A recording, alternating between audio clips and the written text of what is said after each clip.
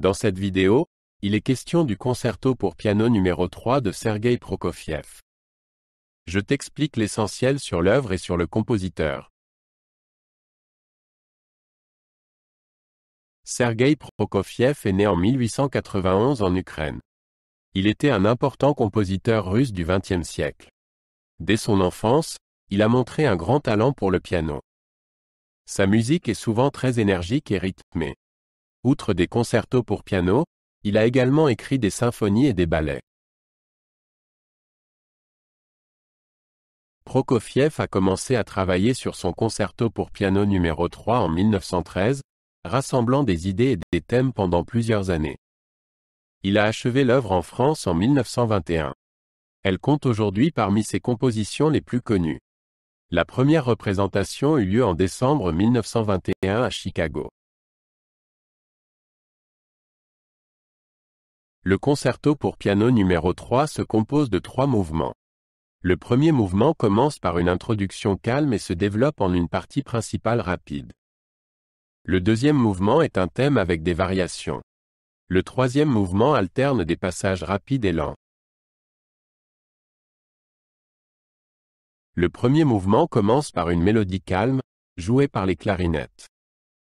Ensuite, le piano intervient énergiquement. La musique devient de plus en plus rapide et complexe. L'orchestre accompagne le piano dans un dialogue animé. À la fin du mouvement, la mélodie calme revient. Le deuxième mouvement du concerto est un thème avec 5 variations. Chaque variation modifie la mélodie du thème de différentes manières.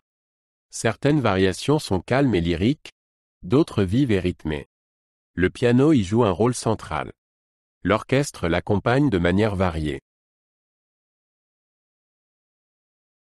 Le troisième mouvement commence par un motif rapide et dansant. L'orchestre et le piano alternent dans des passages rapides. Entre-temps, il y a aussi des passages plus calmes et lyriques. Le mouvement se termine par un final furieux. La musique s'intensifie jusqu'à la conclusion dramatique. Le piano joue un rôle très important dans ce concerto. Il est souvent au premier plan et joue des passages difficiles et virtuoses. Parfois, il accompagne l'orchestre, parfois il prend la tête.